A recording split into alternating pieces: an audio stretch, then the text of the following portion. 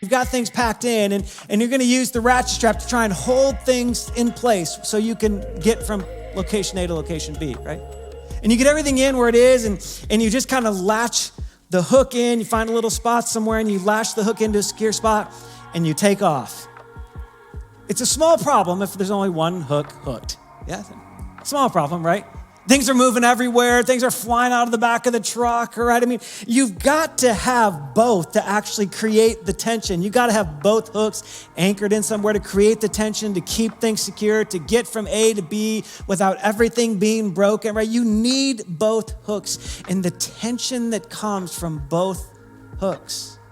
Part of why Jesus came full of grace and truth.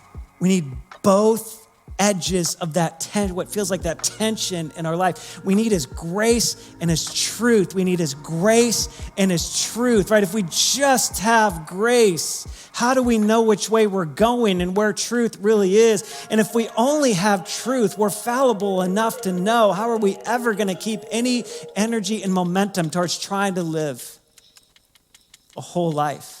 We can hook one on and the parts of our life slide all over the place and get broken and banged up, and we're banging into other people. She's like, no, grace and truth. The Pharisees thought they could trap him. Hey, Jesus, just hook one side. She's like, nah, I am both sides all the time.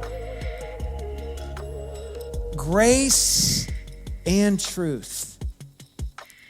Which really means this, like, because Jesus is grace and truth in his being, which means he's grace and truth expressed to us, right? I mean, whatever Jesus is gets expressed in our direction and then becomes part of who we are. So if Jesus is grace and truth, here's what's true about your life and my life.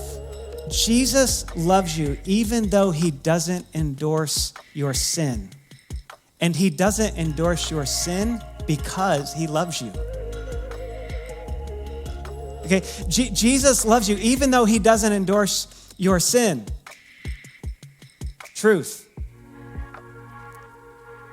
And he doesn't endorse your sin because he loves you. Grace. He's got something better for you. He's got a way. Whenever we sin, at its core, we think Jesus is holding out us. We've been deceived into thinking we or someone else has a better way. Jesus says, I love you too much to endorse that because I've got too much to give you. I love you too much to endorse that kind of living. And I won't endorse that kind of living because I love you.